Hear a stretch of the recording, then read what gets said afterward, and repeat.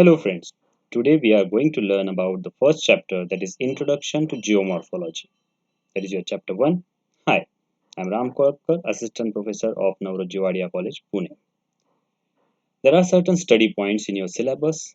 The first point is Introduction to Physical Geography and its branches, Geomorphology, definition, nature and scope, components of Earth system, geological timescale, and applied geomorphology.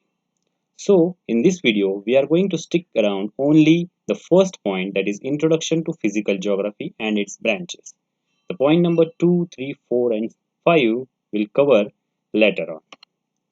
Okay, so the friends, geography, the word geography is made up with the two Greek words. Geo means earth and graphy means description.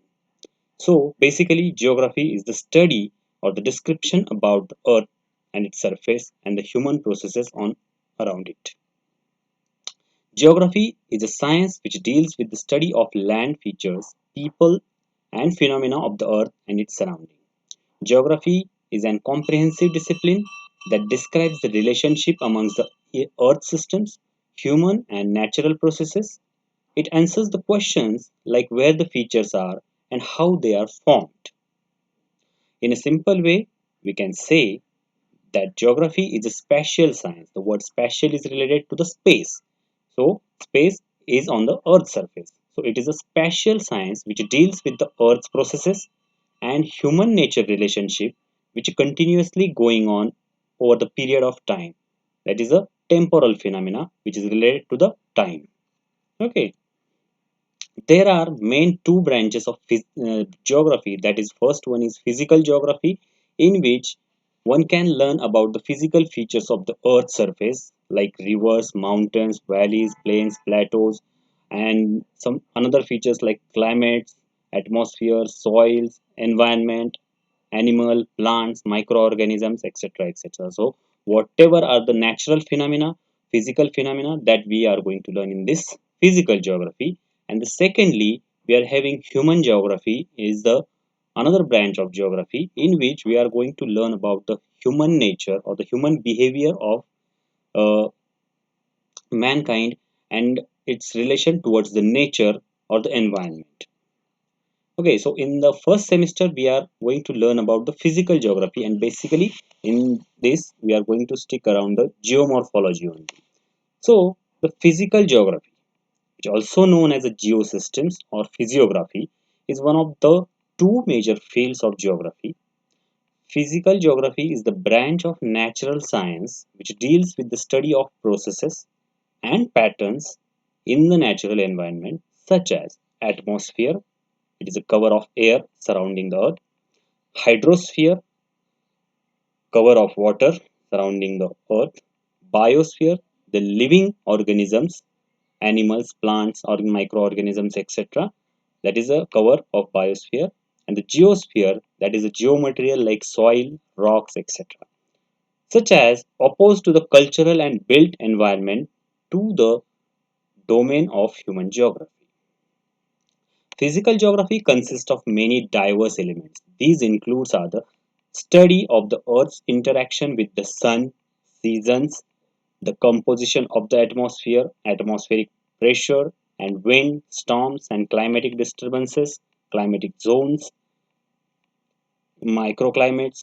These are related in climatology or meteorology. Then the hydrologic cycle, which is a part of hydrology, soils, part of pedology or soil geography, rivers and streams, which is related to the fluvial geomorphology, flora and fauna, which is studied by the biogeography, weathering, erosion, natural hazards, deserts, glaciers, and ice sheets. It is studied in geomorphology. Coastal terrain ecosystem is studied in the coastal geography or coastal geomorphology, geologic systems, and much more. So all these topics, all these subtopics are covered in this physical geography. So wherever the study is of nature, environment, atmosphere, flora, fauna means vegetation, animals, weathering and its processes, erosion, rivers, etc., etc., there is a part of physical geography. Okay.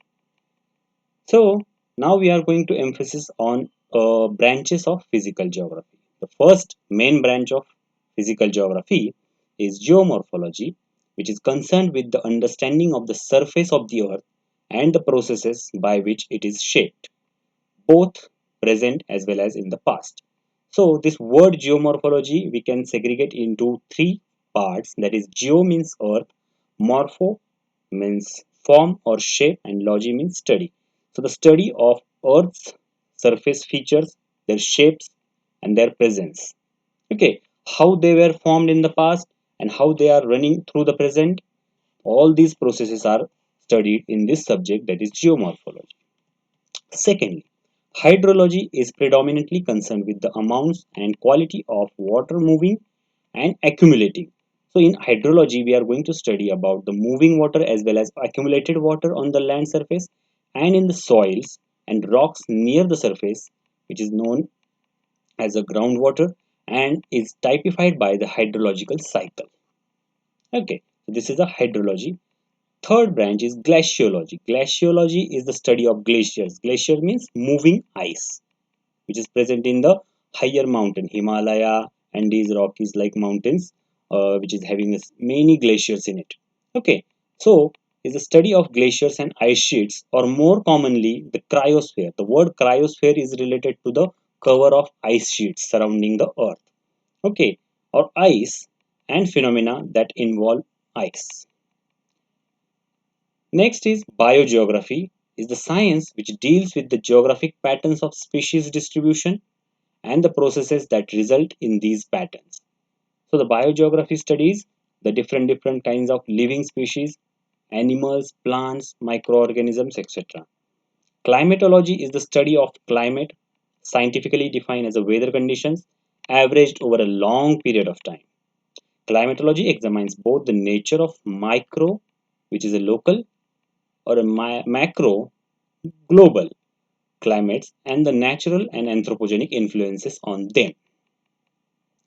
Then the meteorology. Meteorology is the interdisciplinary scientific study of the atmosphere that focuses on weather processes in short-term forecasting. So there is a difference between climatology and meteorology. In climatology, we are going to study the climatic conditions or the atmospheric conditions over a long period of time. But in meteorology, same processes we are going to study for the short period of time. Okay, so the time concern is there. Understood? Next thing is soil geography, which deals with the distribution of soil across the terrain. Soil geography studies the spatial distribution of soil as it relates to the topography, climate, soil life, and mineral within the soils. So, soil geography studies many more things like soil is impacted by terrain. Terrain means the surface of the earth, topography, ups and downs on the surface of the earth, climatic conditions, water availability, that will leads to the presence of microorganisms in soil, and that will leads to the many more chemical reactions with the soil, and that is a which leads to the different kinds of minerals available in the soil. So all these are elements which are impacted on soil, and those were studied in the soil geography. Next is coastal geography. Coastal geography is the study of dynamic interface between ocean and land. So in this geography, we are going to study about the ocean as well as land nearby it. Incorporating both the physical geography, which is mean by coastal geomorphology, geology, and oceanography, and the human geography of the coast. See, the same branch, the oceanography, is the branch of physical geography that studies the Earth's ocean and seas, which includes the study of marine organisms and ecosystem, ocean currents, waves and tides, plate tectonics, and geology of sea floor. So there is a very light margin between coastal geography and oceanography. In coastal geography, we are going to study about the ocean as well as land nearby it, like geomorphology, geological processes in the land as well as ocean. But in oceanography, we are taking emphasis on only oceanic processes such as ocean currents, ocean tides, ocean waves, plate tectonics, or the geology or the surface of the ocean floor. Okay, Next is landscape ecology. This is the emerging branch of physical geography. That is, landscape ecology is a subdiscipline of ecology and geography that addresses how spatial variation in the landscape affects ecological processes such as distribution and flow of energy, materials, and individuals in the environment. Okay, so the ecological environment or the ecology, how it is impacted by different landscapes.